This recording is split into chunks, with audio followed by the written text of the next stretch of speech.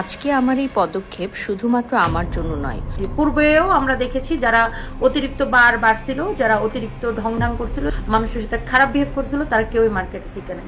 এবার বারিশা হককে কড়া হুঁশিয়ারি দিলেন রুবায়েত ফাতেমা তনি। বললেন, ছোট এবং নতুন উদ্যোক্তাদের অকারণে হ্যারাসমেন্ট করা বন্ধ করুন। অতিরিক্ত কোনো কিছুই ভালো না। এখন কিন্তু আর হাউন আঙ্কেল নেই। তারা অতিরিক্ত বার বাড়ছিল, খারাপ বিহেভ করছিল, তারা কেউই মার্কেটে টিকে নেই। হ্যাঁ ভিউয়ার্স, সম্প্রতি দেখা গিয়েছে বারিশা হক আইনের আশ্রয় নিয়েছেন সাইবার বুলিং এর জন্য। তিনি বেশ কয়েকটি ভিডিও ও ছবি শেয়ার করেছেন এবং জানিয়েছেন, আমি শুধু নিজের জন্য নয়, আরো নারীদের হয়ে সাইবার বুলিং এর বিরুদ্ধে আইনের আশ্রয় নিয়েছি। আমি আইনের প্রতি শ্রদ্ধাশীল। এদিন অবশ্য বারিশা হককে অ্যাডভোকেট পিয়া জান্নাতুলের সঙ্গেও দেখা গিয়েছে। আর এই বিষয়টি চোখ এড়ায়নি রুবায়েত ফাতেমা তনির। তাই তো এবার পোস্টের মাধ্যমে কড়া হুঁশিয়ারি দিলেন বারিশা হককে। পূর্বেও আমরা দেখেছি যারা অতিরিক্ত বার বাড়ছিল, যারা অতিরিক্ত ঢং করছিল। সেই পোস্টে তিনি লিখেছেন, ছোট এবং নতুন উদ্যোক্তাদের অকারণে হ্যারাসমেন্ট করা বন্ধ করুন। অতিরিক্ত কোনো কিছু ভালো না। সবাইকে এক হয়ে আপনার বিরুদ্ধে স্টেপ নিতে বাধ্য করবেন না।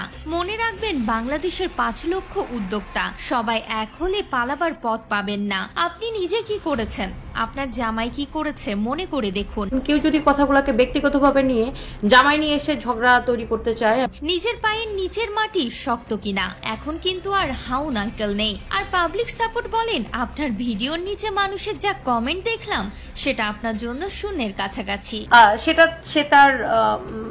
সে তার চারিত্রিক পরিচয় দিয়েছে। সারা বছর ছ্যাবলামো করে বেড়াবেন, পরে আবার নিজেকে জাহির করতে যেয়ে অন্য মানুষকে বিপদে ফেলবেন। এসব আমরা সিনিয়র উদ্যোক্তারা মেনে নিব না। হাইকোর্ট আমাদের চেনাবেন না। বড় বড় মামলা লড়ে অভ্যাস আছে। মনে রাখবেন, আইন সবার জন্য সমান। জামাই বউ মিলে টাকার জোরে ছোট উদ্যোক্তাদের হ্যারাসমেন্ট করবেন, কল দিয়ে থ্রেট দিবেন, ভয় দেখাবেন, এইসব হবে না। সব কিন্তু রেকর্ড থাকে। তাই বলছি, এখনো সময় আছে, নিজেকে শুধরে নেন। ঠিক এভাবেই বারিশা হককে কড়া হুঁশিয়ারি দিলেন রুবায়েত ফাতেমা তনি।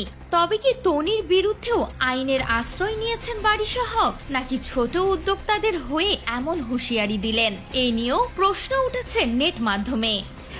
ইন্টারভিউ যারা তারাই দিচ্ছে, যাদের হচ্ছে সস্তা পাবলিসিটির দরকার।